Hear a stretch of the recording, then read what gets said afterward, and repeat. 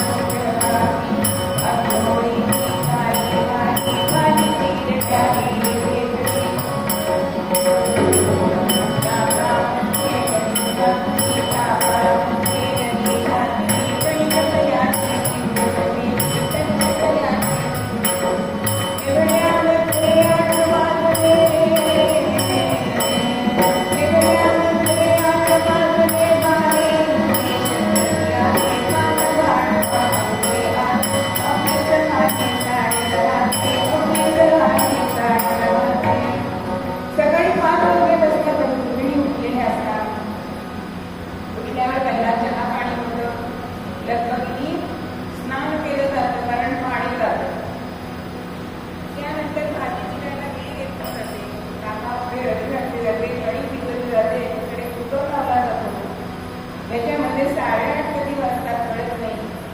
आणि एवढ्या गाड्यांना मध्ये जास्त लोक येतात. अहो लवकर माझं पान वाढा. 10:30.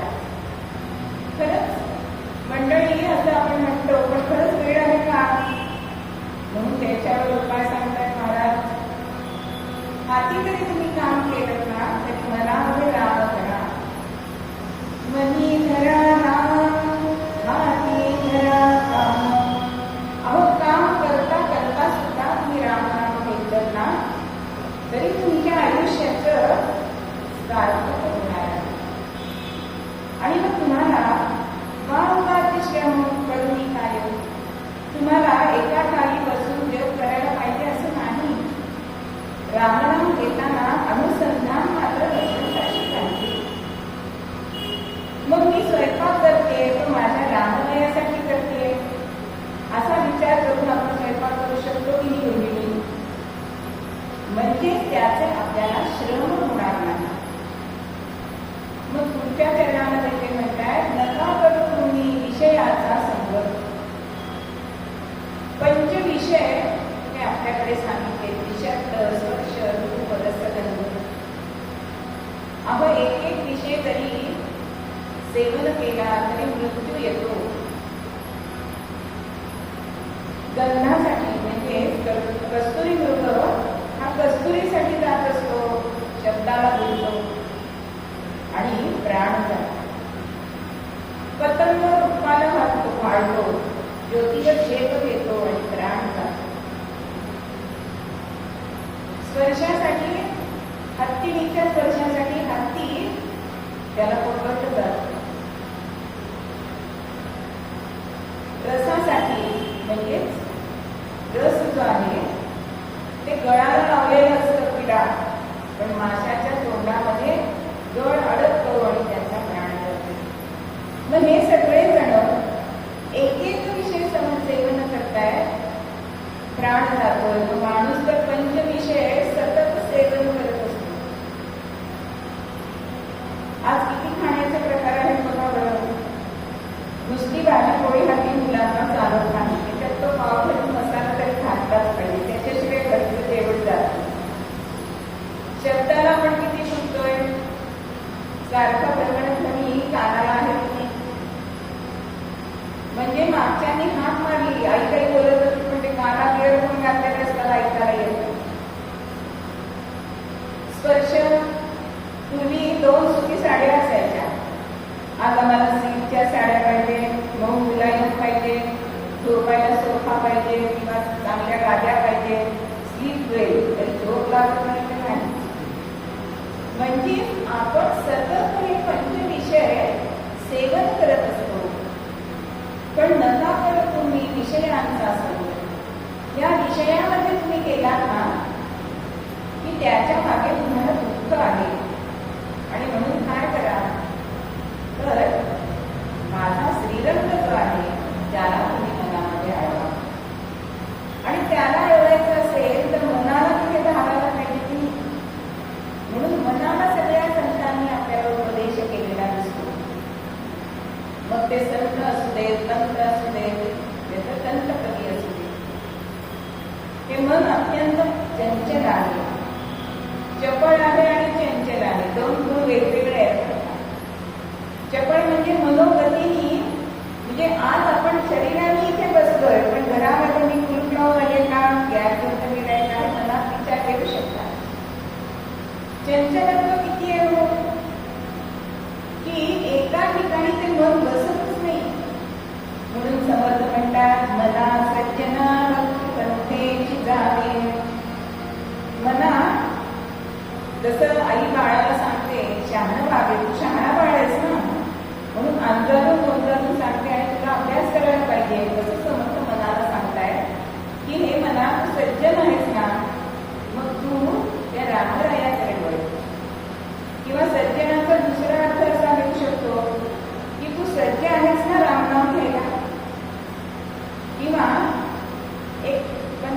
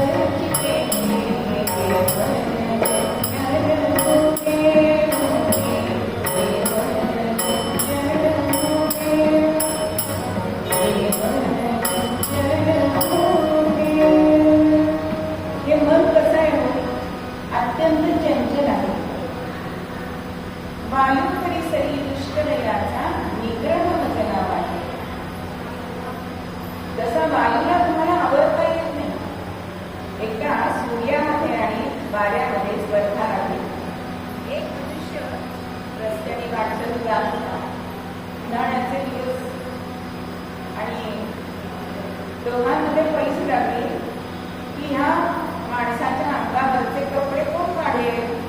आता सूर्याला असं वाटत की एवढा कप्प आहे, मी नक्कीच काढू शकतो. आणि सूर्याने आपली उष्णता वाढवली, एक एक कपडा चर्ट काढलाय, गडगडा काढलाय. आणि नंतर आली वाऱ्याची वेळ. वारा म्हटलं मी त्याला कपडे काढून देणार. बघा, आपण जो वारा आलो तर आपण कपडे काढत नाही, आपण ती जास्त लपेटून घेतो. समजा शाल आपल्या अंगावर आहे, वारा आला तर आपण ती जास्तीत जास्त जवळ घेतो. तसं हा वारा जसा आहे तसं त्याचा कसा निग्रह असतो, तसा या मनाचा निग्रह आहे. वायू परिसरी पुष्कर त्याचा निग्रह बदलावा. मग असं हे चंचल मन हे आपल्याला बंध आणि मोक्ष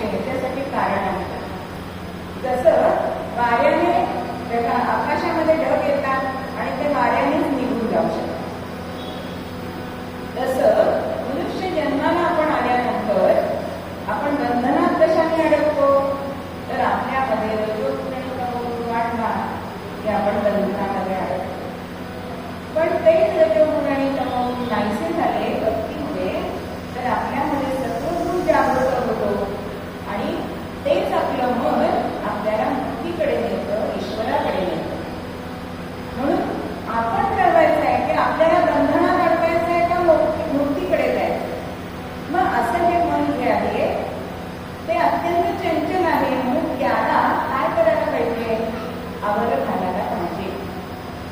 मन हे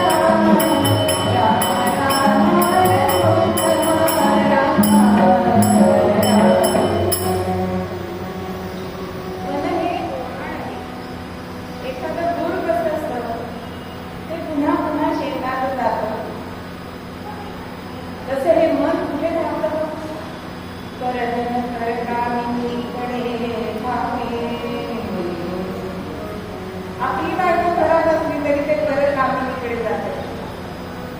एका हॉटेलमध्ये 2 मित्र पत्नी सह गेले. आता बायका काय बघतात, तिची साडी किती छान, तिचं गळ्यातलं किती काही इतकी सीमा असते. पण पुरुषांच्या मनात असा विचार येऊ शकतो की त्यांची बायको चांगली दिसते, म्हणजे परत कामिनीकडे ते लक्ष जातं. तसं हे मन आहे. आणि परत दुसऱ्याला पैसा मिळाला की आपल्याला वाईट वाटत नाही, त्याला मिळाला तर मला कोणी मिळेल किंवा त्याचं मला मिळावं, असं सुद्धा आपल्या जगामध्ये चाललंय. असं हे ओढाळ मन एखाद्या गुरासारखं या 2 गोष्टींकडे धावत असतं. मग यांना बंधन कसं करायचं या मनाला, म्हणून जसं गुराला वेसण घातलेली असते तरी सुद्धा ते आवरता येत नाही. म्हणून त्याच्या कंठामध्ये एक लोढणं अडकवतात. म्हणजे ते लोढणं कसं असतं, त्याच्या 2 पायामध्ये ते लाकडाचा एवढा खांब येतो आणि मग त्याला जोरात पळता येत नाही, थांबता येत नाही. मग अशा या मनरूपी गुराला विवेक पाशाने बांधायचंय आणि कंठामध्ये काष्ट कुठे अडकवायचं आहे तर वैराग्याचं. तर हे मन कुठेतरी आपल्या ताब्यात येतं. अशा या चंचल मनाला ताब्यात आणायचं असेल, कारण मनाला 3 दोष सांगितलेले आहेत. किंमत, विक्षेप आणि आवरण. तर मन म्हणजे आपण विषयांचा संग्रह करतो ते मन आहे. आवरण म्हणजे काय, तर अज्ञान आहे. आणि विक्षेप म्हणजे ते दुसरीकडे सतत धावत असतं, एका ठिकाणी स्थिर राहत नाही. म्हणून मनरूपीच वस्त्राला नामरूपी साबण लावला तर ते स्वच्छ होते. आणि असं स्वच्छ झालेलं मन त्याच्या गरजा पण पुरवायला पाहिजे ना. म्हणून हल्ली IQ बरोबर EQ पण वाढतात की, पण EQ हल्ली कमी झालाय. भावनांक कमी झालाय. सगळ्या भावना माणसाच्या कमी झाली. पूर्वी मदतीला शेजाऱ्यानं सांगायला लागत नसे की आमच्या मदतीला या, स्वतःहून माणूस जात होता. पण आज ते कमी झाल्याचं प्रमाण. मग तसं मनाच्या गरजा काय असतात, तसं शरीराच्या गरजा आहेत, अन्न वस्त्र निवारा. तशा मनाच्या सुद्धा 3 गरजा सांगितल्या आणि त्या जर पूर्ण झाल्या नाही तर आपल्याला मनशांती मिळत नाही. मग ह्या 3 गरजा मनाच्या कुठल्या आहेत, तर यश आहे, मनशांती आहे आणि आनंद प्राप्ती आहे. ज्या वेळेला आपण एखादं काम करतो त्यात यश आलं की आपल्याला आनंद वाटतो, आपण योग्य मार्गावर चालतोय असं आपल्याला जाणवतं. मग यशाच्या मार्गावरती पुढचे यशदीप आपल्याला वाट दाखवत राहतात. पण जरी यश मिळालं तरी जर शांती मिळाली नाही तर मनुष्य समाधानी होऊ शकत नाही.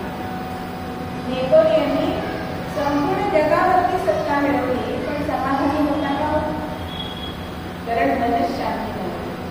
मग ही मनशांती मिळवायची असेल तर आपली कर्तव्य आपण करायला पाहिजे. कर्तव्य दीप जर आपण लावला म्हणजेच प्रत्येक कर्तव्य ईश्वराच्या पुढे सादर केलं, त्याच्यासाठी केलं तर तिसरी गरज म्हणजे मनशांतीने त्या आपल्याला आनंद प्राप्ती होते. आणि मग आनंद प्राप्ती मिळणं म्हणजेच काय? हा परमात्मा आनंद रूप आहे ना. मग आपल्याला ती आनंद प्राप्ती होते आणि मग आपलं मन समाधानी होतं. म्हणून महाराष्ट्र म्हणतात की अर्थप्राप्तीसाठी आपल्याला काल आपण बघितलं ज्ञान कसं असावं की आपल्या संसारापुरतं आपल्याला मिळवायला पाहिजे, हात कोणापुढे पसरायचा नाही, इतकं द्रव्य असायला पाहिजे.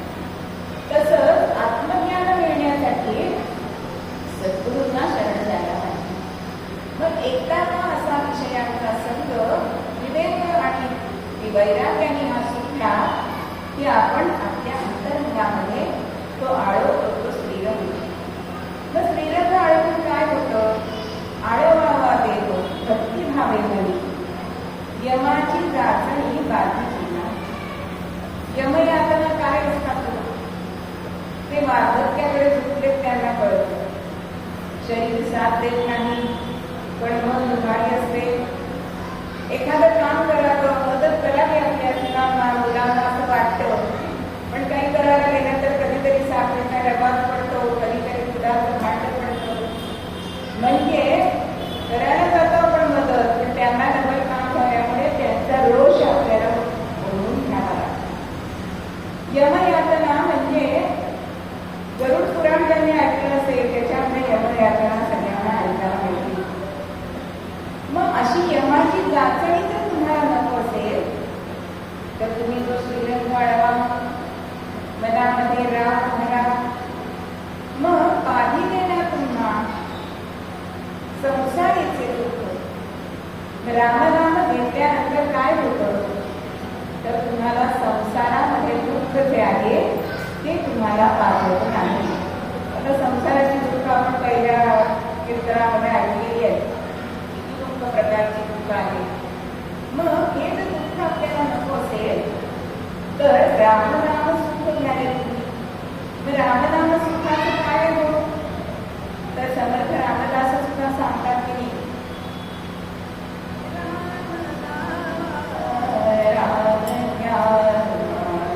राम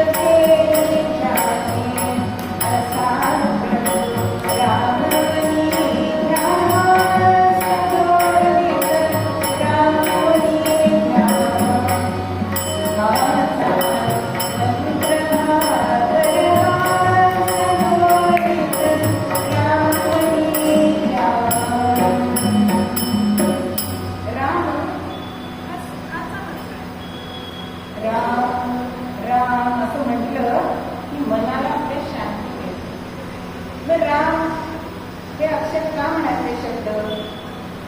तर राम हा शब्द म्हटल्यानंतर आपल्याला 3 लाभ होत असतात. कारण र ह्या अक्षरामध्ये सूर्यबीज आहे आणि सूर्य काय करतो? नवीनता घालतो आणि आपल्याला तेज देतो, ज्ञान देतो, त्याच्यामध्ये आकार मिळवला आणि मकार केला तर चांद्रबीज आहे.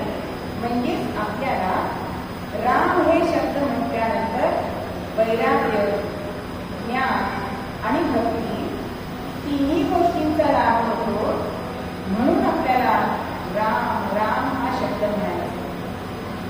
राम हे नुसतं त्याचं नुसतं नाव ठेवलेलं आहे का? चंद्र त्याला आपण जोडलाय माणसाने. कारण चंद्र जसा शीतल असतो तसं रामाचं दर्शन हे शीतल असतं, म्हणून त्याला चंद्र हे विशेषण जोडलंय. पण वशिष्ठांनी जेव्हा त्याचं नाव ठेवलं ते काय ठेवलं? रमवीये मनास म्हणून राम असे नाम ज्येष्ठ पुत्राचे. वशिष्ठांनी नाव ठेवलंय की जो मनाला रमवतो याचं नाव राम आहे. मग अशा रामाचा जर आपण जप केला, राम नाम घेतलं तर आपल्याला खचितच जे संसाराचं दुःख आहे ते आपल्याला होणार नाही. मग आपण मनाच्या गुण बघितले, गरजा बघितल्या, दोष बघितले, पण त्याच्यामध्ये गुण सुद्धा आहेत का? काय गुण आहे? यया मनाची आनिके, यया मनाची आनिके, जे देखिया गोडीच्या ठाया सोके, म्हणून अनुभव सुखीची कौतुके द्यावीत जावे. एकदा मनाला जी गोडी तुम्ही लावा ना, तिथे ते मन चिपळून बसतं. कसं? तेरी परपंचोड ते तिथून निघत नाही. म्हणून आपल्या मनाला कशाची गोडी लावायची हे आपण ठरवायचं. आणि हे कसं ठरवायचं? तर विवेक आणि वैराग्याने ठरवायचंय. मग एखादी गोष्ट, चांगली गोष्ट या मनाला आवडली की तिथून ते सुटत नाही. माझंच मी नेहमी उदाहरण सांगते की मी जेव्हा कीर्तन सेवा करत नव्हते तर लहानपणापासून मला सिने संगीत खूप आवडायचं आणि माझी सगळीच्या सगळी गाणी तोंड पाठ. पण जेव्हा ह्या कीर्तन सेवेमध्ये मी आले, आता एक गाणं म्हणायला सांगितलं ध्रुपद सुद्धा आठवत नाही. कारण माझ्या मनाला गोडी कुठे लागली आहे? तर कीर्तन सेवेची लागली.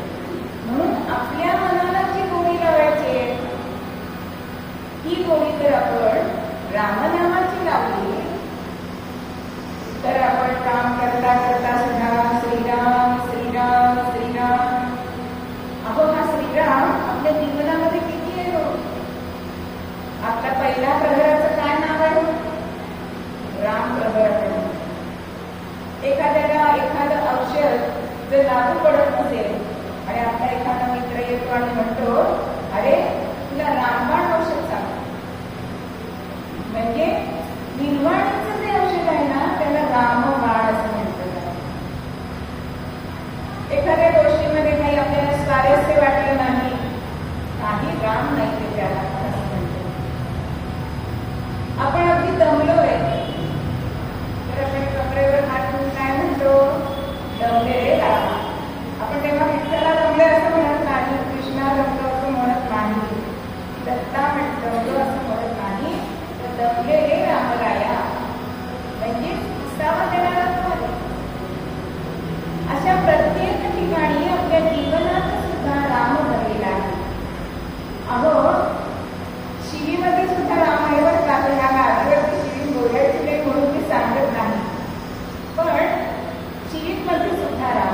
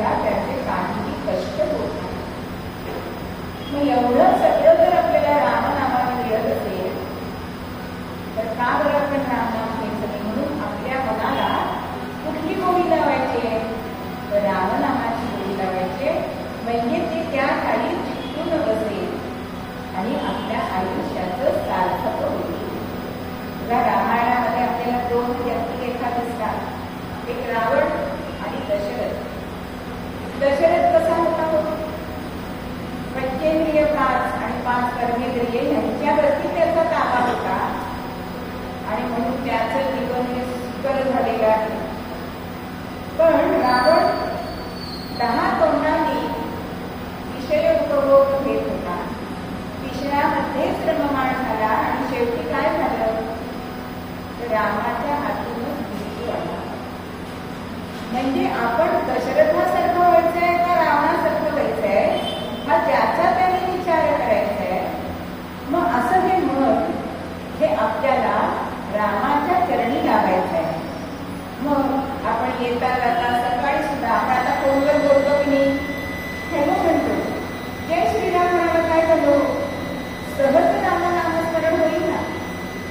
किंवा आपण एकमेकांना पूर्वी आपल्याकडे राम राम म्हणायची पद्धत होती की नाही, आपण हाय हॅलो असं म्हणतो, पण हाय हाय करायची वेळ आली ना. म्हणजे हा राम आपल्या जीवनामध्ये पूर्ण भरून राहिलाय, पण तो आपल्याला कळत नाही. आपल्या सगळ्या पद्धती, आपले सगळे संस्कार, पंचपरिवर्तनावर हे जे संस्कार आहेत ना, ते संस्कार आपण आपल्या पुढच्या पिढीला दिले पाहिजे. आपल्या कुटुंबाची माहिती त्या मुलाला असायला पाहिजे ना.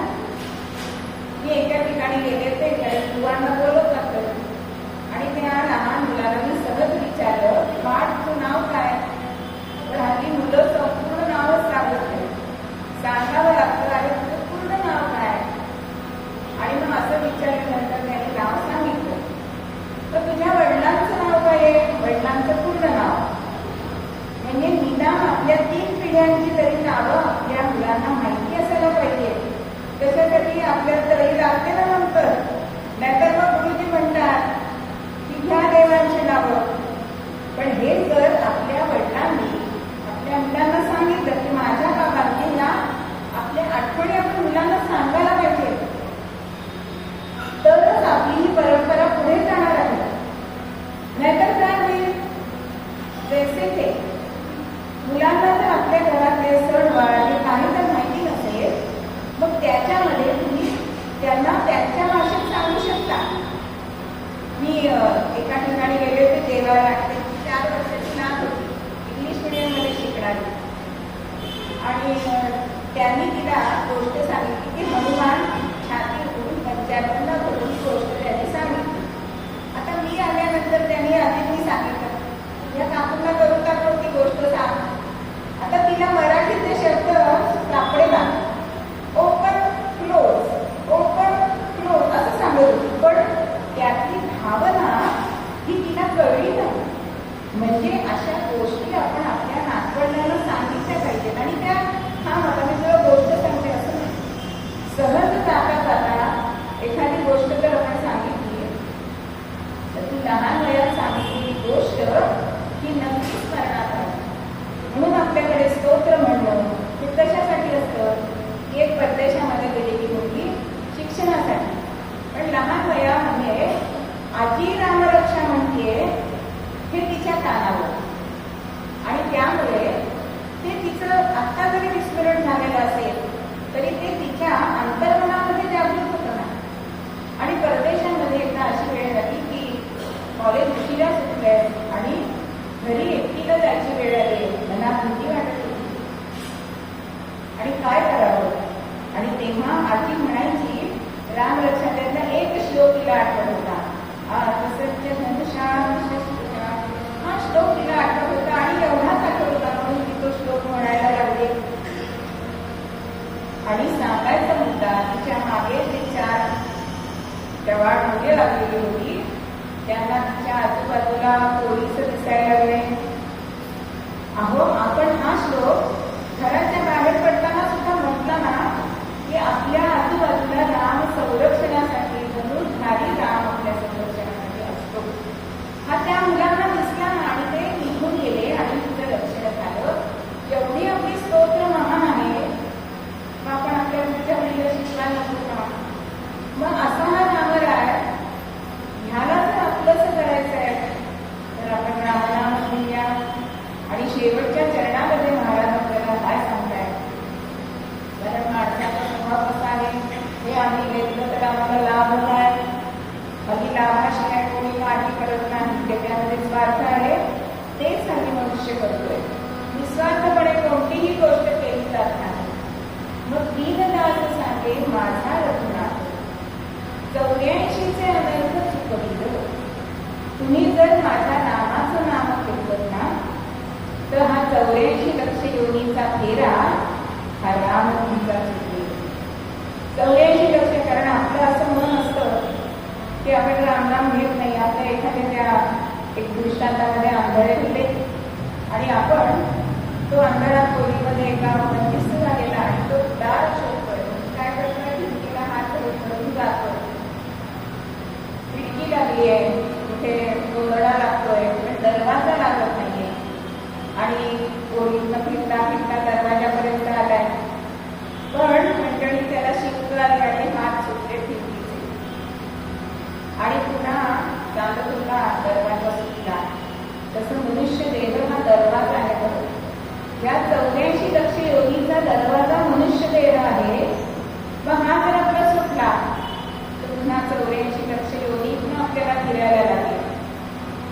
मग हे सगळे संत आपल्याला गॅरंटी देत आहेत की माझा रघुनाथ तुझे काय 84 लक्ष फेरा चुकले.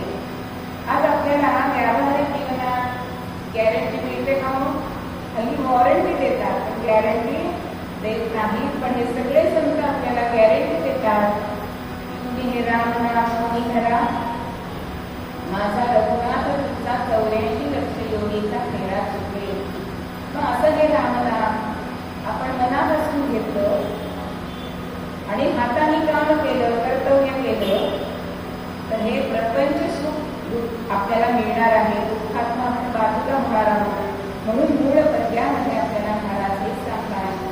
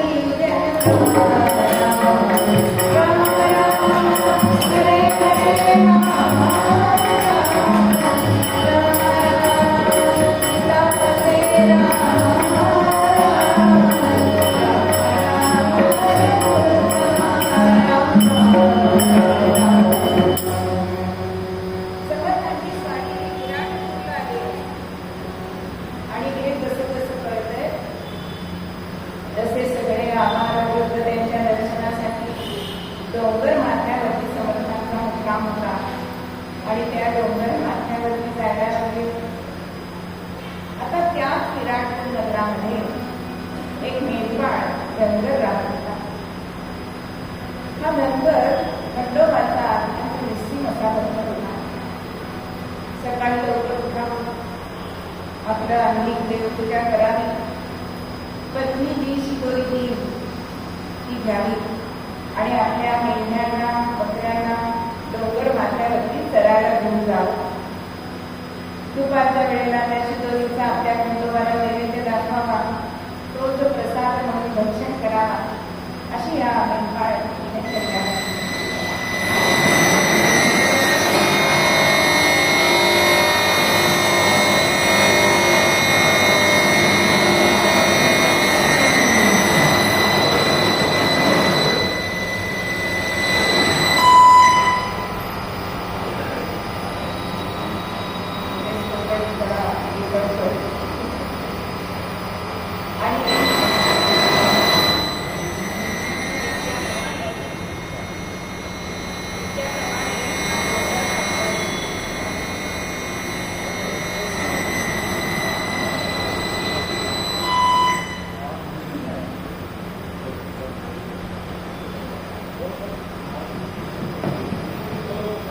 त्याप्रमाणे हा मेंढपाळ डोंगर माथ्यावर गेला.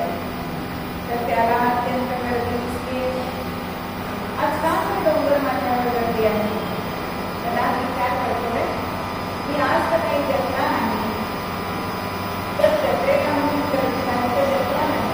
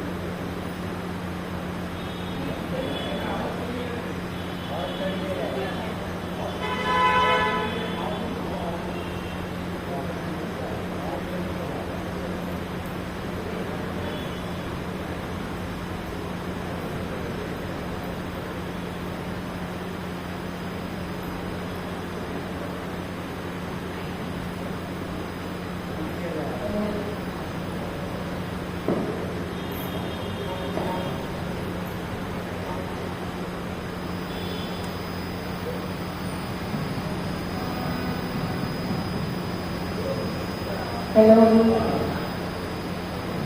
जय जय रघुवीर समर्थ. डोंगर माथ्यावर गर्दी दिसते, पण मला पिता चक्र जत्रा नाही, कसला उरूस नाही. शत्रूंनी हल्ला केल्याने आश्रयाला या डोंगर माथ्यावर आले आणि एवढ्यामध्ये त्याला राम दिसले.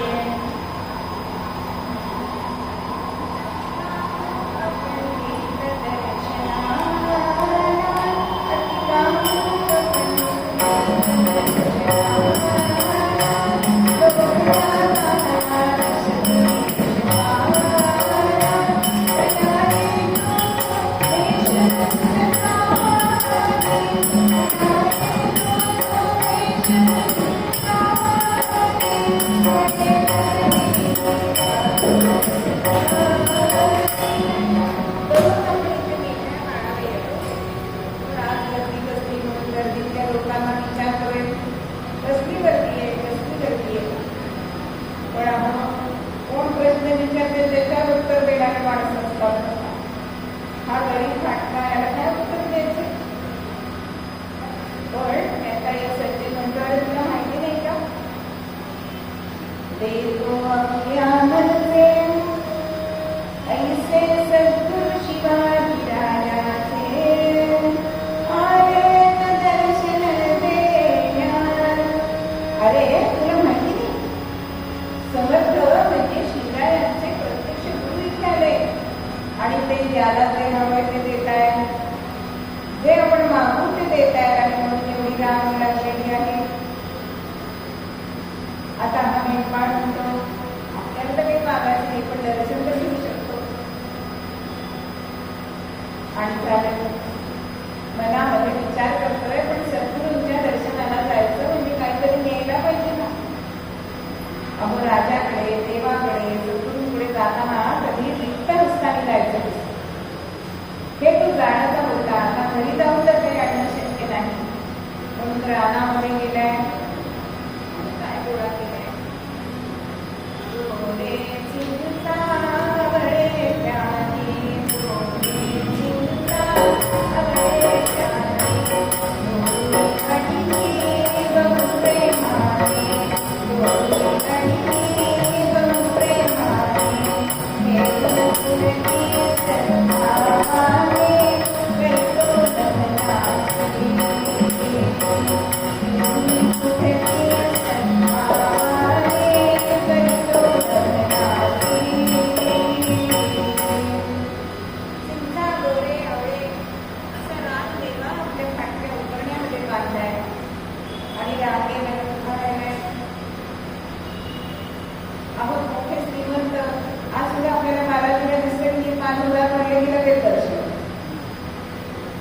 जे मोठे असतात ते घुसतात, पण गरिबांना मध्ये घुसता येत नाही.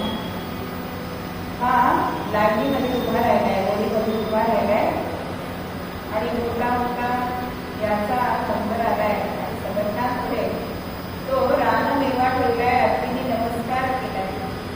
आता समर्थ सगळ्यांना जसं विचारत होते तसे ह्याला पण विचारत आहे, तुला काय हवंय? तेव्हा तो सांगतो मला काही नकोय.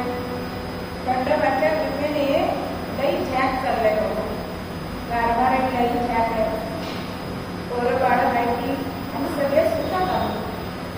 पण तुम्ही आता मागा म्हणताय म्हणून मी एक मागू का? जसं तुमचं दर्शन मला झालं तसं माझ्या बायको मुलांना व्हावं म्हणून तुम्ही माझ्या घरी द्या. चला चला चला चला तुम्ही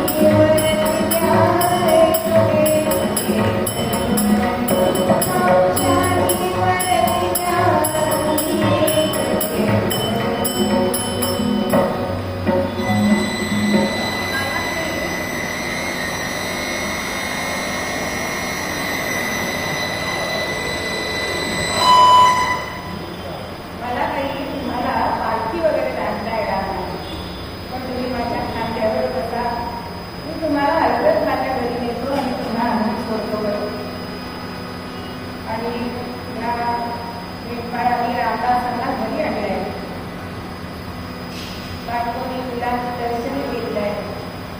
आयत्या वेळी पाहुणे आल्यामुळे इकडे म्हणजे बरं गुळ आणि पोळी म्हणजे गुळाची पोळी टाकली. पूर्वी गुळ तूप हे पक्वान्न होतं, तसं तूप नाही पण गुळाचा खडा आणि पोळी आणि परसाद लावलेल्या 2 भाज्या तिने केली आणि हा भागवतीचा स्वयंपाक त्यांना घातलाय. समर्थ तृप्त झाले. अहो हात धुतल्यानंतर मुखशुद्धी करून तुळशी पत्र हातावर ठेवलंय. आज निकाळाला अत्यंत बरं वाटतंय, कारण साधू संत येते घरात तुमची दिवाळी दसरा. पण मनामध्ये खंत वाटते की एवढे माझ्या घरी आले पण त्यांना द्यायला माझ्याकडे काही नाही. आणि तो मनात विचार चाललाय आणि तो चेहऱ्यावर दुसरीकडे समजताना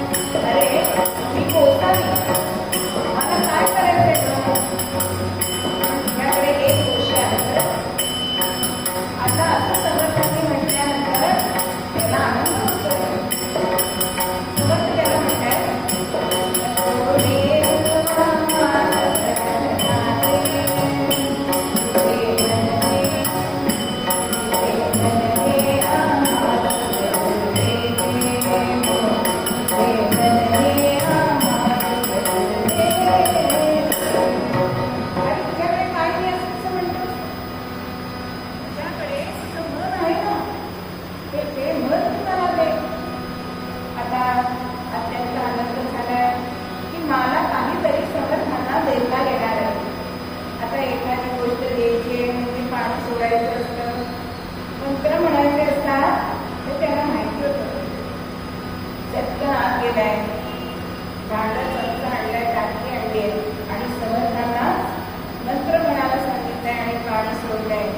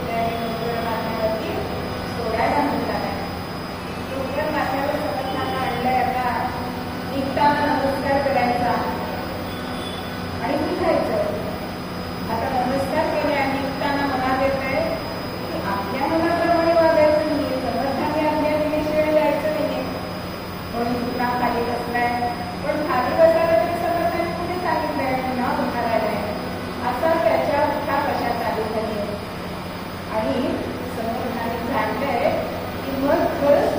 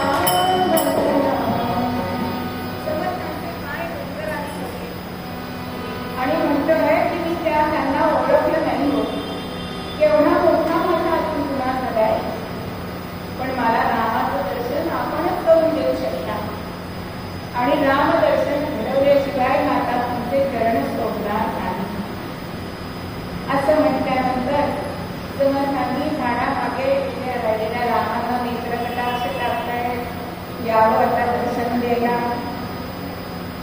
आणि मग प्रभू पुढे उभे राहिले.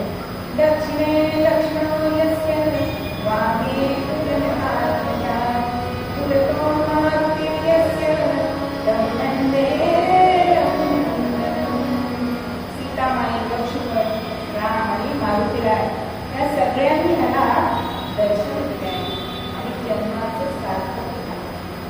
मग हे कशाने झालं तर मन रामाबाई दिलं, समर्थांना दिलं म्हणून. मग जे आपल्याला मूळ पद्यामध्ये बरोबर मला सांगतात,